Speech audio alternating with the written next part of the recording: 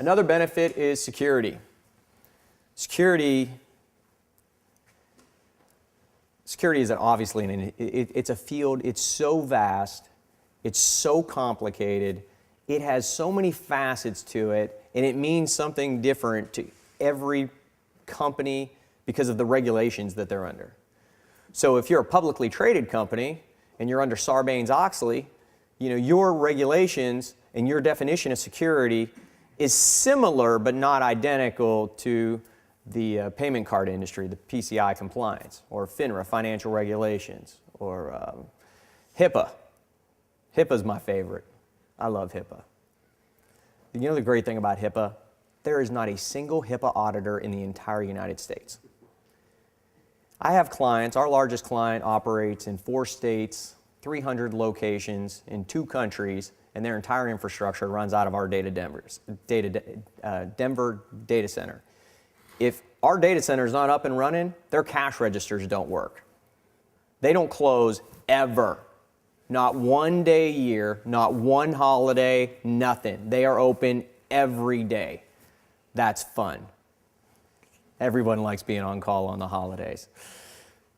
The funny thing about the compliance is, a company like that, like my client that does financial transactions, they know, absolute guaranteed to within 3 or 4 days, exactly when the Texas Department of Banking is going to show up and do their annual audit. It is a certainty, just like your tax day, my tax day. They know their audit's coming. But you're a doctor's office. There's no HIPAA auditor strolling in. Well, guess what, Dr. Joe? Time for your HIPAA audit. Doesn't happen. So you walk into your doctor's office and you can see the screen of the person checking everybody in, and there's all the records, and there's a HIPAA violation. You walk down the hallway of a larger medical facility and there's no sound masking, that's a HIPAA violation because you're not supposed to be able to overhear conversations. You ever hear it? No. No pink noise in the hallway. They're just running it wide open. But the other worlds where the money's involved, we all know Bernie Madoff, financial regulation, that's where the regulation is. Essentially, if you leave here and you can build a network that can pass FINRA and those types of regulations, SEC audits, you basically can pass any type of health regulatory issue whatsoever. We actually did a project for one of our clients. They're the intermediary between Wells Fargo and banks in South America. So they process about, what is it, Robert, like 53,000 transactions a day or something ridiculous like that. And we got audited by Wells Fargo. Most audits, I'm going to be kind, most audits are not that difficult. They're humorous, actually. A person shows up with little to zero knowledge and a clipboard. And they go, do you have? And you go, yes, I do. And then you explain it to them in as base speak as you possibly can. And they go, oh, well, that sounded good. And they fill off a box. And then they go to the next question, and the next question, and the next question, and the next question. I've literally sat in Sarbanes-Oxley audits and watched the company, my client, negotiate with the Sarbanes-Oxley auditors to get a 180-day password policy because he didn't want his employees to have to change their passwords. Now, you're probably sitting there as majors going, 180-day password policy, that's absolutely crazy. That's the government.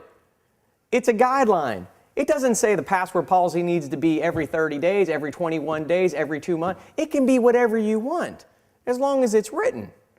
So, that's the wonderful thing about some of these standards. It depends on the auditor. There's no HIPAA auditor.